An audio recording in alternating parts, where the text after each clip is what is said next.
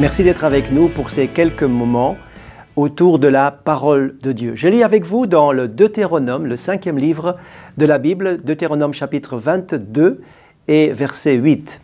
« Si tu bâtis une maison neuve, tu feras une balustrade autour de ton toit, afin de ne pas mettre du sang sur ta maison, dans le cas où il en tomberait quelqu'un. » Ce conseil de sagesse que donne la Bible est un conseil de très grande importance et je voudrais l'utiliser pour quelques valeurs, quelques conseils, quelques vérités bibliques qui nous parlent de cette recommandation importante. Nous savons qu'en Israël, les maisons avaient un toit plat et lorsqu'on se promenait sur ce toit, il fallait bien sûr mettre une protection et construire une barrière de protection, une balustrade de protection. Et j'ai imaginé ces 4 barrières de protection de notre maison. En fait, la maison, c'est la vie. Quelles pourraient être ces barrières de protection pour ne pas que je tombe et que je me blesse ou que je meure suite à un défaut dans ma barrière de protection. Voici ce que j'ai trouvé sur appui de la parole de Dieu. Une première balustrade de protection pourrait s'appeler l'écoute. Proverbe chapitre 1, verset 33, « Celui qui m'écoute habitera en sécurité. » L'écoute, un art qui se fait rare aussi, parce que nous aimons tous trouver des personnes qui sont tout à fait attentifs à chacun de nous. Lorsque vous rencontrez un ami et que vous avez quelque chose sur le cœur et que voilà, cet ami est préoccupé, et au lieu de vous écouter, c'est lui qui va parler sans arrêt, et à un moment donné, vous allez être fatigué, vous allez partir de chez lui, vous allez rentrer chez vous et vous êtes frustré parce que vous n'avez pas trouvé l'oreille attentive. La bonne nouvelle de l'Évangile, c'est que Dieu a toujours une oreille attentive pour nous. Dieu nous aime et il est attentif à la voix de chacun d'entre nous, au cri du cœur et même aux choses non exprimées. Dieu nous aime et il est attentif comme un père est attentif à ses enfants. La Bible dit donc, écoutez et votre âme vivra.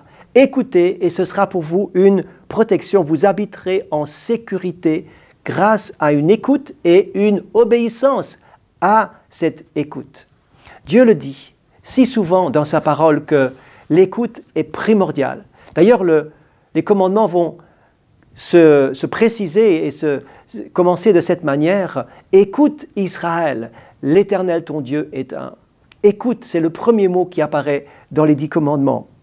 Ésaïe 28, verset 23, « Prêtez l'oreille, écoutez ma voix, soyez attentifs, écoutez ma parole. » Cette augmentation, cette précision de ces mots de l'écoute doivent nous faire réagir en disant, eh bien, si Dieu l'exprime de cette manière, en multipliant les mots pour dire la même chose, eh bien, je dois vraiment apprendre ce que beaucoup n'ont malheureusement pas mis en pratique si souvent, c'est d'écouter Dieu afin d'être protégé parce qu'en ayant entendu sa voix, je sais ce que je peux faire, je sais où je dois aller, je sais ce que Dieu me recommande, je connais sa volonté et sa volonté, c'est ma sécurité.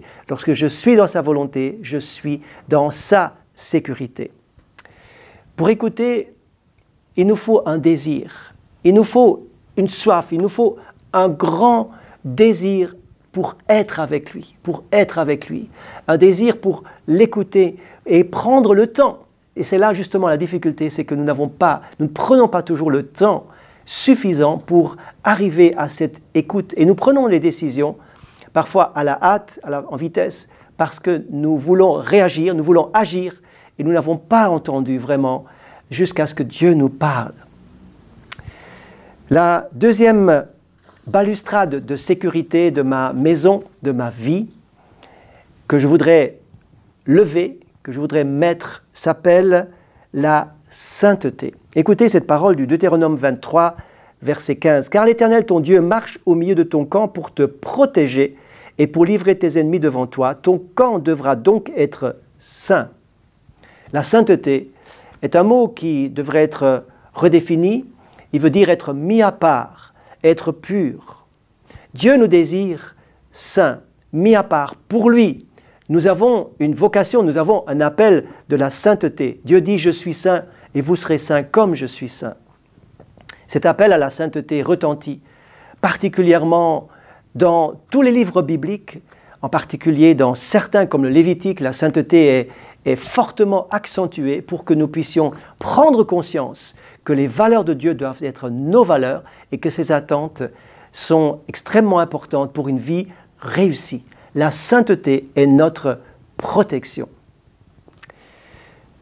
Être saint veut dire oui là où Dieu dit oui et dire non là où Dieu dit non. Je dois aimer ce que Dieu aime et mettre de côté, réprouver ce que Dieu réprouve.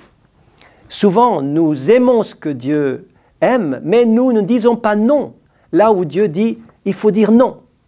Et cette sainteté, cette mise à part, cette pureté est véritablement un appel puissant qui retentit dans notre temps et qui n'a pas diminué avec les années, avec les temps. Les temps bibliques et les temps d'aujourd'hui sont des temps où la sainteté retentit de la même manière, Nous sommes appelés à être saints, mis à part pour lui. Et le Seigneur viendra chercher ceux qui se sont sanctifiés. Il viendra en surprise et il veut nous trouver avec des vêtements propres, blancs, et en étant en pleine communion avec lui. La troisième balustrade de sécurité de ma maison, de mon toit, de ma vie, qui me mettra en protection, s'appelle la droiture. Écoutez cette parole du psaume 25, « Que l'innocence et la droiture me protègent ».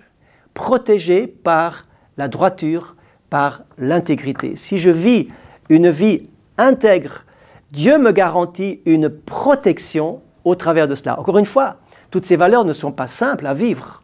L'écoute, la sainteté, l'intégrité, la droiture ne sont pas des valeurs simples, mais Dieu nous donne toujours les moyens pour vivre comme lui, il veut. Ce qu'il attend de nous, il nous en donne les moyens par la puissance du Saint-Esprit et par sa parole qui nous inspire et qui nous conduit par le Saint-Esprit.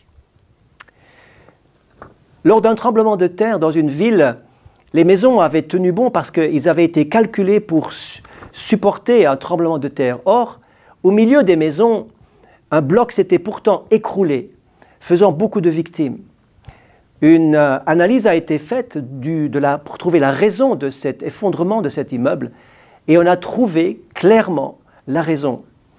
C'était dû au fait que la proportion de ciment dans le béton n'était pas correcte selon les calculs.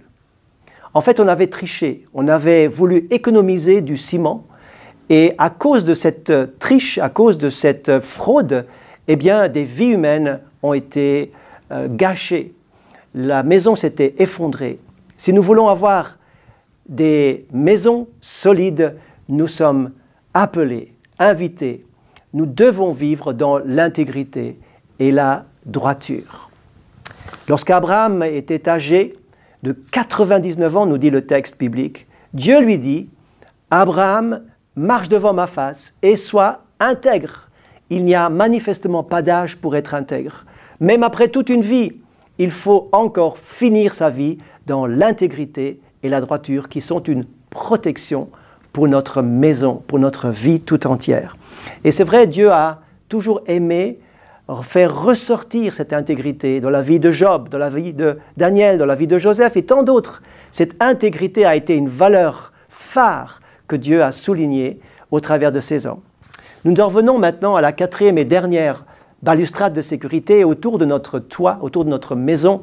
Et notre vie est protégée par l'écoute, par la sainteté, par la droiture, l'intégrité, mais aussi par la communion. C'est le quatrième et dernier mot que je vous laisse pour notre sécurité. Il nous est dit dans le psaume 133, eh bien, qu'il est bon, il est doux pour des frères de demeurer ensemble. C'est là que Dieu envoie sa bénédiction. Sa bénédiction. Nous avions eu, il n'y a pas longtemps, une série de baptêmes avec une dizaine de jeunes qui nous racontaient tous leurs témoignages de comment ils ont rencontré Dieu, comment ils sont arrivés à la foi en Jésus-Christ. Et ce qui m'a touché dans ces témoignages, c'est de voir la cohérence entre tous ceux qui ont été autour de ces jeunes. Il y avait bien sûr le groupe de jeunes, il y avait les week-ends de caté, il y avait en plus de cela, tout le travail des parents et des grands-parents, la prière de l'Église. Il y avait les pasteurs, il y avait tout le monde ensemble dans cette communion ont permis d'amener ces jeunes à prendre une décision importante dans leur vie. Cette communion a été une protection. La communion est votre protection. Quitter la communion, c'est perdre cette protection. Je voudrais donc vous encourager à vivre, à aimer, encore une fois, et surtout à persévérer dans la communion fraternelle. Une protection incroyable, extraordinaire. Nous savons tous que le loup va se jeter sur des brebis qui sont à l'écart, qui sont isolées quelque part, mais il ne s'attaquera pas à un troupeau tout entier. Soyons protégés par la droiture, par l'écoute, par la sainteté et par la communion. C'est les quelques recommandations bibliques que je voudrais simplement vous rappeler. Et je vous dis merci de m'avoir suivi, bien à vous et que Dieu vous garde et vous bénisse.